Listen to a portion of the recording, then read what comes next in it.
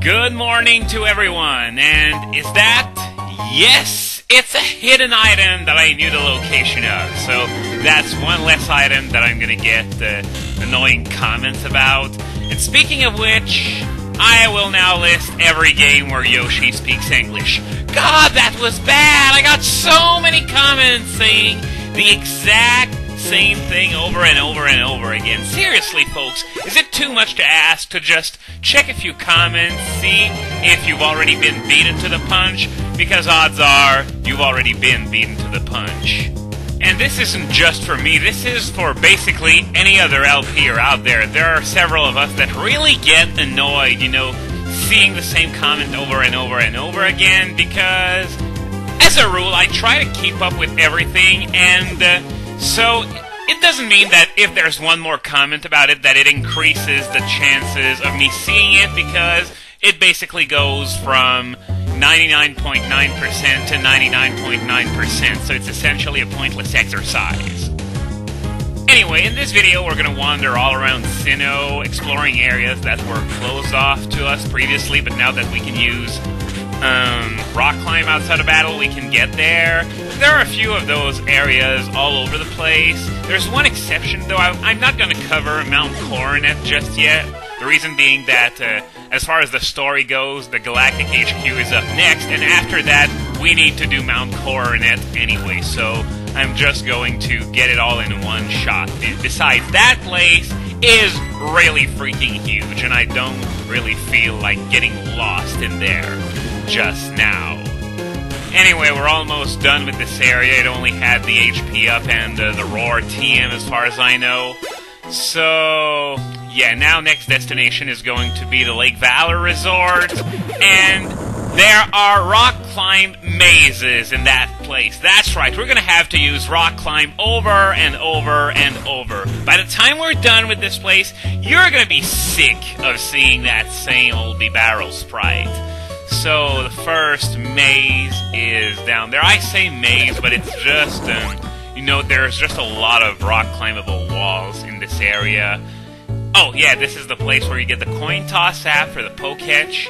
Which reminds me, now that I've beaten Candace, I gotta come back to Jubilife because the president of the Poketch company is going to give me yet another app. Yeah, the coin toss app, just in case you don't have a coin in real life.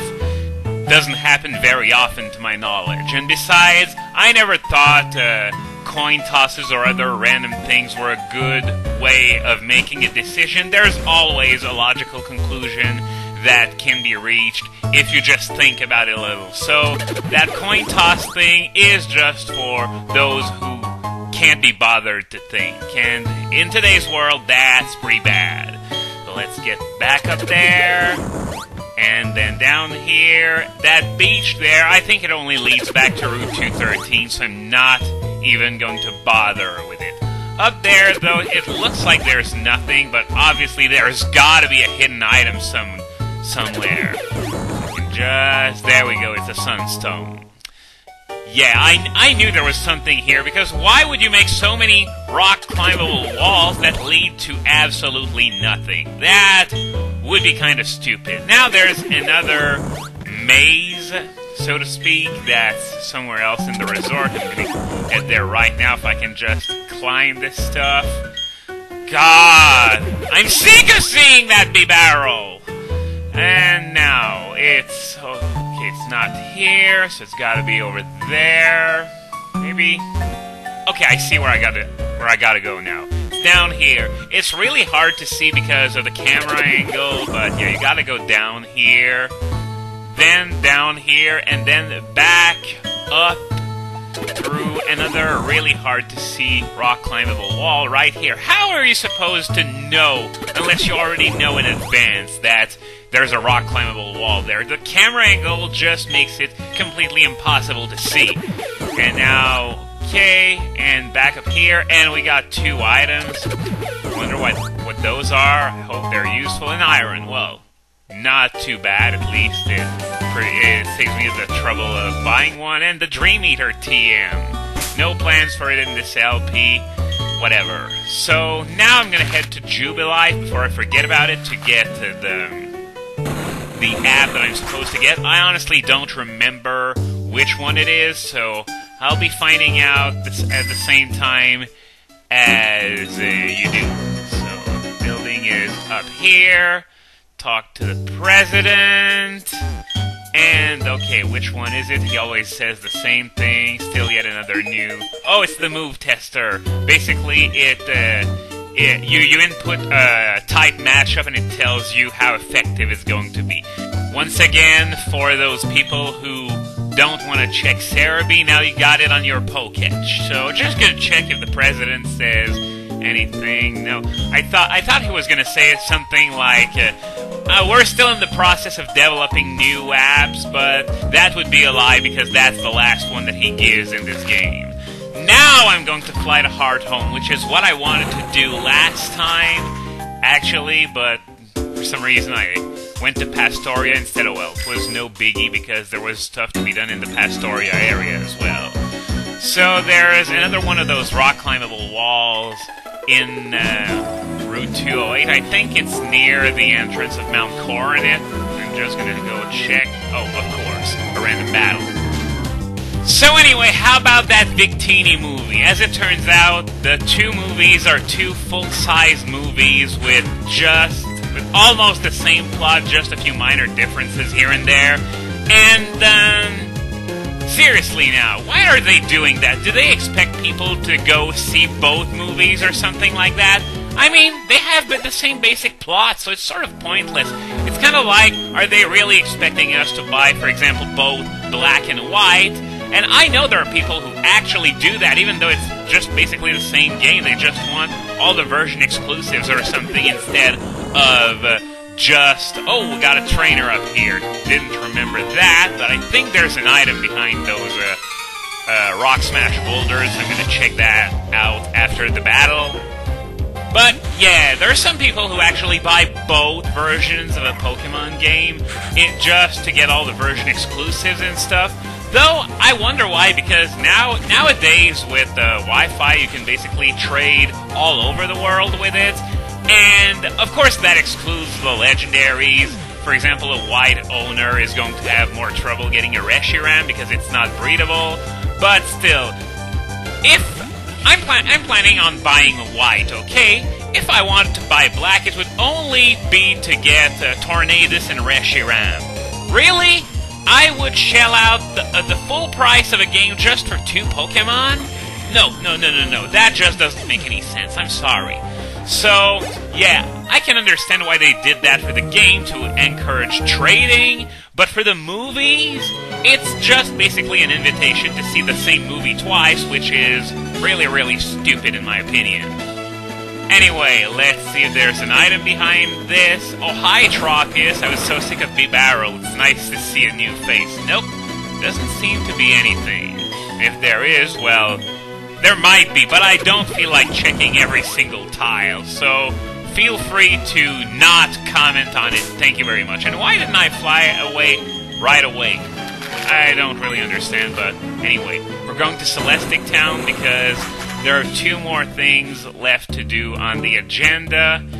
First, we're going to go to Route 211, the eastern part, of course, because the other part is on the other side of Mount Coronet. So as you can see, there's a rock climbable wall here, which leads to, well, I don't know. Once again, I'm going to find it out at the same time as you do.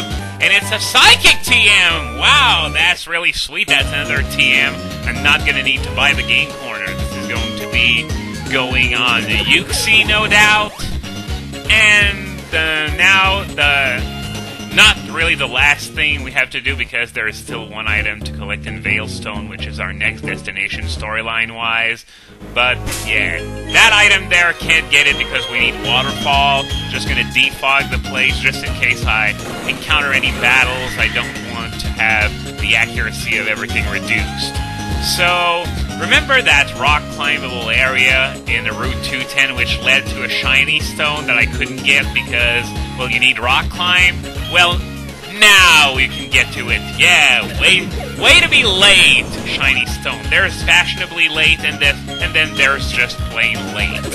and if I remember... No, I was about to go grab the shiny stone, but that's not gonna happen just yet because there's this guy who wants to fight us. Okay, very well. More experience, not a bad thing. And it's fun that it's a dragon tamer, because in this area there's also the Draco Meteor tutor. Draco Meteor, which is an overheat clone that's of the dragon type. I really don't know what they were thinking with that, because Draco Meteor's neutral coverage is so good that it's probably one of the best moves in the game, despite the huge drawback. Okay, so I'm gonna go to here, which is where the shiny stone is. Yeah, I remember that. So we're just gonna check out. No, there's nothing over there, so the tutor's house is right here. Oh, Grandma Wilma's house. Didn't remember that she actually had a name, but whatever. Let's see what she's got to say here. From a town of dragon tamers. Is that a reference to Blackthorn by any chance? Wouldn't be a surprise, because this game has a lot of references to Generation 2, and I'm gonna say yes just to see what she's got to say, even though I have no dragons on my team, because yeah, Draco Meteor can only be learned by dragon types, and there's also a Jirachi, an event Jirachi that came with Draco Meteor, but otherwise, that's about it.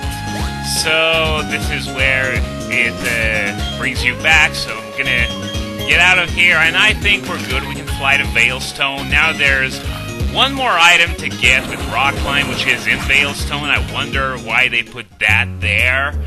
But regardless, now the thing is to actually find it, because this city is actually quite difficult to navigate. Every area sort of looks the same, you know.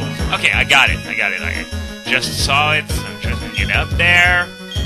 And let's see what we got here. It's a full incense. I actually remember which one this incense is used to breed. It's actually Munchlax.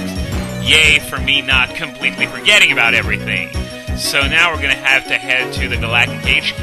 No, not this way. This way it's the storehouse. But on this side we got the main building here. And what does he want? Okay, now that's random. Hey, your master plan is about to come through, and all you're doing is just staring at these antennae? Really? God, those guys really deserve to lose at this point. Don't know anything about any storage key? Well, way to give me a clue, you idiot! This guy is really the worst grunt ever, really. And here comes Looker.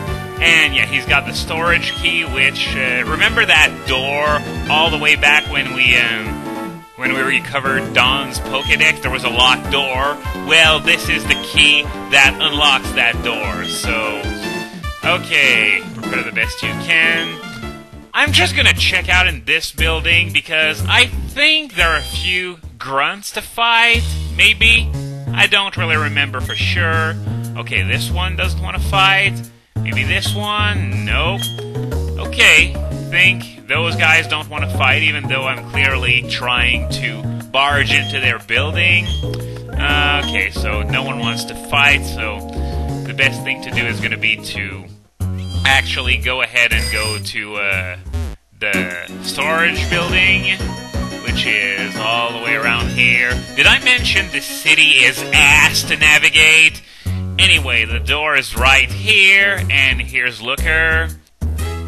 No, actually, I think I'm the one who kept him waiting, as usual. And, okay, he actually uses the key. Had this been Cynthia instead, she would have given me the key, then said, go unlock that door, and I would have unlocked the door, and once I did that, she would have showed up and said, you unlocked the door, cool. So Looker is actually more useful than Cynthia, would you believe that? So next time, it's going to be the beginning of the end.